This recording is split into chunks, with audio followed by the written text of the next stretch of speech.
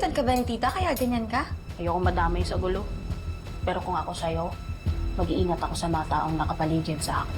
Lorena, may naghahanap sa yung lalaki sa labas. Arnold Santiago, investigator sa kasong pagpatay kay Mrs. Jocelyn Joy Santos. Don't hate me for saying this. Siya ang asawa. Tapos na yung laban. Hindi ako papaya. Dapat sama-sama kaming miserable. And I'll dig up Lorena's dirty, ugly secret. Nakakatuwa na yung taong pumatay na dating asawa ni Mr. Santos, kamukha ng asawa niya ngayon. Hindi mawawala, hindi mababago, na ang alam ko lang ay magmahal sa'yo. Marami naman ho talaga akong kamukha. Minsan nga po napagkakamalan po ako ibang tao eh. Pero, di ba po gano'n naman po talaga? Meron po tayong mga kahawig pero hindi naman po natin sila kaano-ano. Kung hindi ka talaga konektado kay Astor, bakit hindi mo sabihin kung taga saan ka? Saan probinsya ka galing? Sino ba talaga yung bisita ni ate? Alam mo yan din tanong ng ate mo, pero hindi nga kasi sinabi kung sino siya. Kaya hindi ko alam. Under investigation po ba ako, sir? Kung oo, para sa ang kaso ho? Kasi I think it's best if you talk to my lawyer. Tsaka, sir, hindi po ba harassment itong ginagawa ninyo? Officer Arnold Santiago? Harassment? Ma'am, nagtatanong lang po ako. Pero tama ho ba ang taong tinatanong ninyo? Kasi sa pagkakaalam ko ho, 10 taon na ho tong kasong to pero wala pa pong nangyayari. Sana nga po, mahuli ninyo at makulong ninyo kung sino ang killer. Para sa kapakanan ng pamilya ni Joy. At para sa mga taong wala namang kasalanan. Pero pinagsususpetsahan ninyo. Bakit ka ba natataranta dyan? Manang Pilar, alam niyo naman ho, hindi kami basta-basta dapat nagtitiwala, di ba? Kinakausap naman ng ate mo eh. Baka naman safe. Ano pong meron? Eh, kasi to, curious kung sino yung kausap ng ate niya. Ha? Asan sila? Ba't hindi mo lapitan? Ha? Hindi ko naman sinisilip. Basta okay na. Okay. See you around. Bye, Madam Pilar.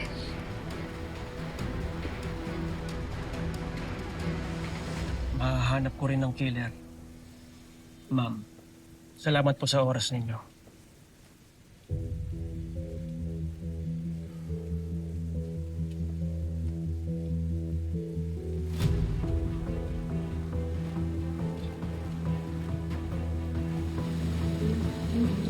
Who was that, tita? Huh? Parang familiar yung face niya. Naliligaw. Natatanong ng direksyon. I see. Tara na pa? Amber, medyo sumakit kasi yung ulo ko eh. Hindi na lang muna ako papasok. Magpapahinga na lang muna ako. Sige po. Inom po kayo ng medicine, ha? Alis na po ako. Take care po.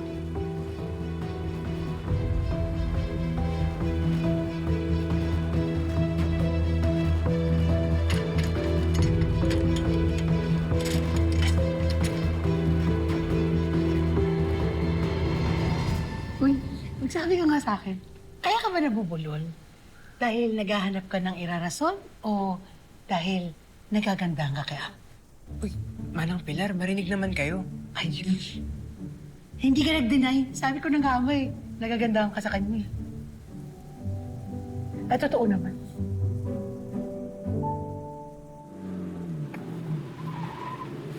O sir, ba't ka huminto? Sigurado na ako ngayon, Ramos. Si Carolina Astor yun. Anong ebidensya mo, sir? Hindi mo ba nakita yung Lorenang yun? Magkamukha sila ni Astor. Tsaka, bakit hindi niya masabi-sabi kung taga saan siya? Halatang halata. Ayaw magpa-trace. Guilty. Si Astor talaga siya. Ate, bakit? Dumating yung pulis. Si Santiago. Yung dating gustong humuli sa akin. Siya pala yung bisita kanina. Ate, buti na lang hindi ako lumabas. Ako, lagot talaga tayo ng kapag nakita tayo magkasama. Bakit daw ba? Anong kailangan niya sa'yo? Tristan, alam na niya. Ewan ko, alam na yata niya eh. Alam na niya na ako si Carolina Astor. Hindi sapat ang haka-haka lamang. Kailangan pa rin natin ng matinding ebidensya. Isa pa, kung si Carolina Astor ngayon, bakit pa siya lalapit sa pamilya ni Wilfred? At take note, sir, nagpakasal pa. Hindi gawain ng mga kriminal yan, sir. Kadalasan, lumalayo sila sa pamilya ng biktima. Ate, baka naman mali ka. Kasi 'di ba kung alam na niya, 'di ba, sana hinuli ka na niya kagad. Tristan, alam na niya. Nararamdaman ko. Kung paano niya ako tanungin. Kung paano niya ako tingnan ng mabuti. Paano niya ako hinuhuli sa tingin. Parang pilit niya ako pinapaamin. Tapos Tristan, bilangkit pa niya na kamukha ko doon si Carol. Hindi mo rin masasabi. Marami tayong kaso na pamilya mismo ang number 1 suspect sa mga krimen. Malay mo, baka nakipagkuntsaba siya kay Wilfred para patayin si Joy Santos. Ate naman kasi. Ba't naman kasi sa dami ng pera mo, di mo naisip magpapalit ng mukha? Tristan naman, napapatawa ka ba? Ate, sorry. Naisip ko lang. Pero 'di ba, uso naman yun ngayon. Mano man lang nagpabago ka ng konti sa mukha mo, 'di ba? Sana nga ginawa ko yun. Kasi di ko na alam yung gagawin ko ngayon eh. Everything is possible sa mga krimen. Everyone's a suspect. Sir, bakit hindi mo lang iniwan sa Mindoro yung mga kaso na yan? Total, dito ka na rin ma-assign sa Maynila eh. Dapat, iba na ang inasikaso mo. I'm sorry to say, sir, cold case na talaga ang kasong yan eh. Nung kaharap ko si Santiago kanina, basta hindi ko alam kung paano ko kinaya yun, pero pakiramdam ko parang di ako makahinga. Ang hirap. Ang hirap-hirap. Mahirap bitawan ng kasong to, Ramos. Ito lang ang kaso na hindi ko na-solve sa 20 years kong pagserbisyo bilang pulis.